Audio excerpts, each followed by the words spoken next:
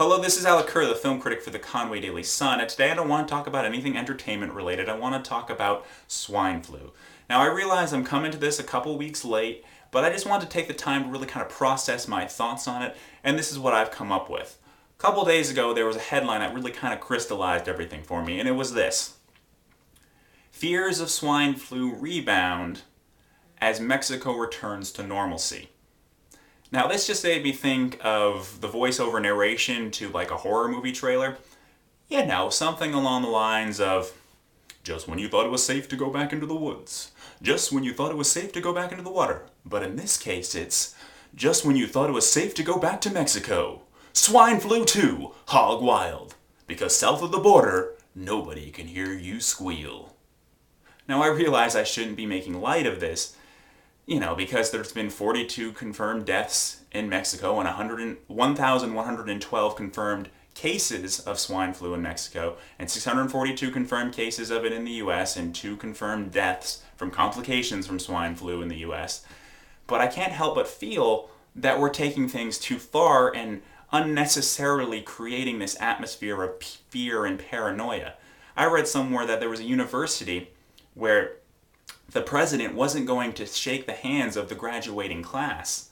Now that just seems far too extreme for me. I mean, let's face it, if somebody in that graduating class has swine flu, then they're spreading it no matter what. I mean, if they're sitting with their classmates, whether it's in an auditorium or outside, they're probably coughing and sneezing and spreading it, and not shaking that person's hand isn't going to prevent the spreading of it.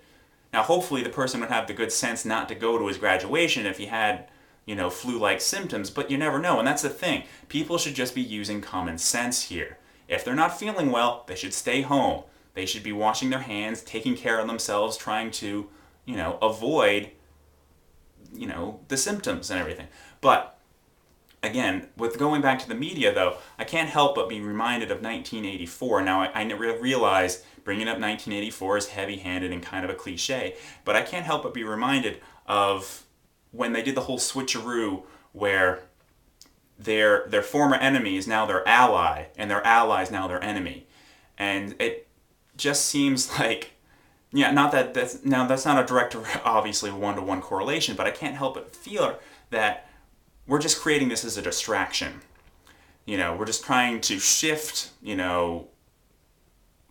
maybe, away from the economy, or shift away from the wars in the various worlds. On another level, I'll reference Mel Brooks' routine here that was used in History of the World Part 1, and it was the caveman doctor, where if you've got a headache, you get they drop a rock on your toe. So you're not thinking about your headache anymore, you're thinking about your toe. And then to help you get over your toe, they hit you in your stomach. So you're not thinking about your headache, you're not thinking about your toe, you're thinking about your stomach. And then so on and so on. So that's what I think is going on here, is that, we're just, focusing all our attention on swine flu, so we're not really focusing on the economy, or we're not really focusing on the war. And then when swine flu becomes something we don't want to deal with anymore, we'll move on to something else. I don't know what that'll be, but I'm sure we'll think of something. And I can't help but feel that's what's really happening here.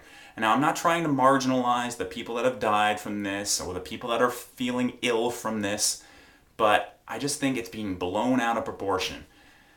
Anyway, those are my thoughts, and this is Alec, and keep watching.